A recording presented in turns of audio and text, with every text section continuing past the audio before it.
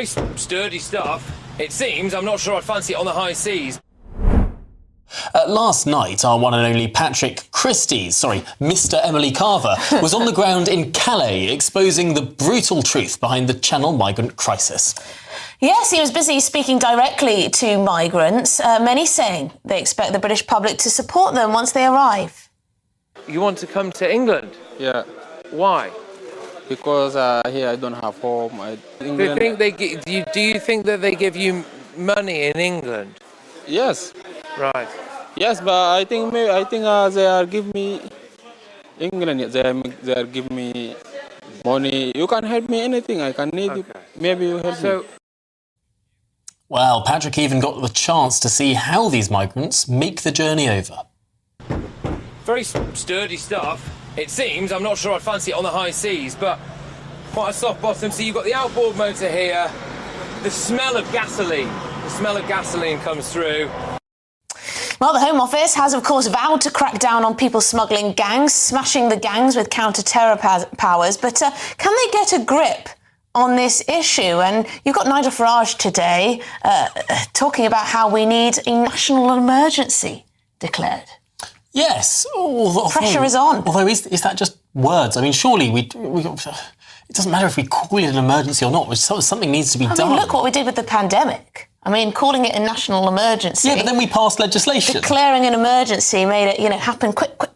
I mean, well, the emergency legislation that gave the government powers to do stuff did that. Should we see if Lord Warney thinks we need a national emergency? Shall we? Lord Warney, thanks indeed for joining us. This is, of course, of huge concern to people up and down the country. One YouGov tracking poll this week put migration as the #1 concern for voters across the country.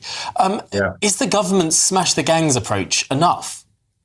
It's necessary, but I think probably they would admit that it's not sufficient in of itself to get a grip of this problem. And this is a hugely difficult thing to tackle. There have been multiple governments in recent years who have tried increasingly hardline approaches, and none of it has really shifted the dial yet.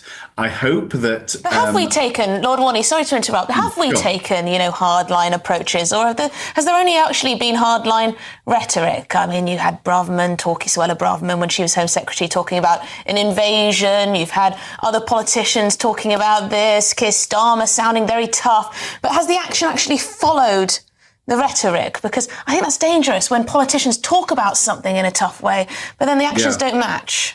Yeah, I think that's a fair challenge, and certainly more and more radical and tough solutions have been put on the table. And I think probably now it is the moment. And I am, reluctant to say this, but certainly as someone who's been on the centre and left of politics over many years. But I think when you look at a former Labour Home Secretary like Jack Straw, who said, no, we do probably need to look at human rights legislation again and understand why it is that the UK is, one, so relatively attractive for people to come over, and what is stopping the volume of removals that would need to be needed to, one, reset the balance, and two, provide the genuine level of deterrence.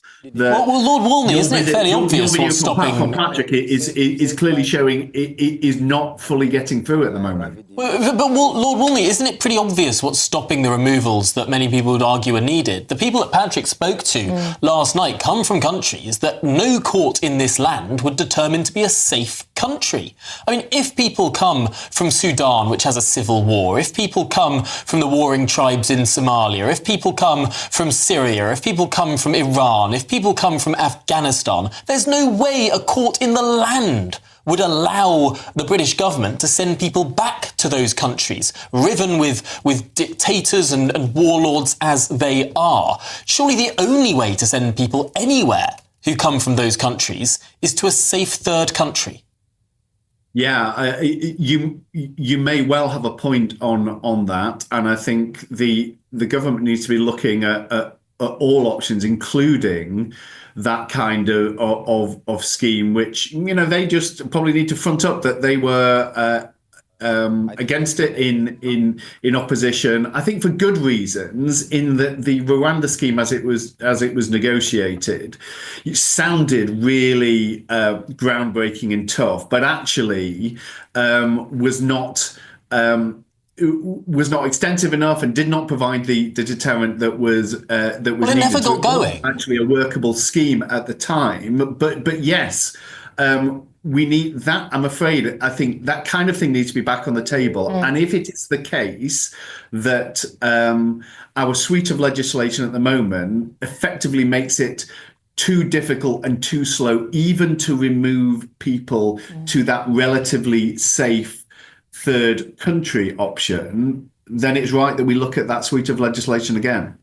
OK, well, Lord Warney, thank you very much indeed, a peer and former Labour MP.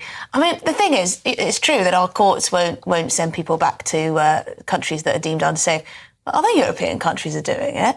Germany sent back Afghanis to Afghanistan recently because, you know, things have changed in that country and their original reason for hopping over here to Europe no longer existed.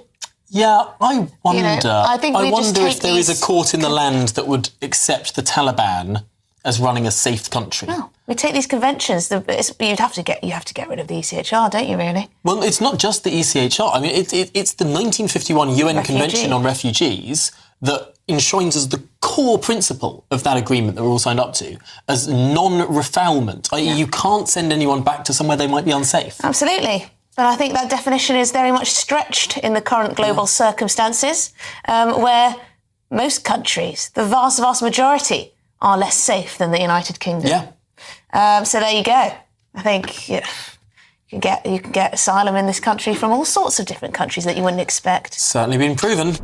Follow me inside here. So we are just outside the Calais port, and what we've got is a disused warehouse that, if you follow me inside here, is absolutely full of migrant tents, illegal migrant tents. This is a room full of people from Sudan. I've been speaking to a lot of them. They say that they are desperate to come to Britain. Now, what we're looking at here is a group of people who can't really afford the continual boat journeys. So this is near a lorry port in Sudan, in Calais, full of people from Sudan. And the reason that they're here is because you don't have to pay anything to try to climb into the back of a lorry. If we walk through, I've never seen anything quite like this in my life. It's like a patchwork quilt of people just living here permanently. And this is the reality of the situation. Now, I just want everyone at home to understand that every single person in this room is absolutely desperate to come to Britain. The only reason they are here is to try to come to Britain.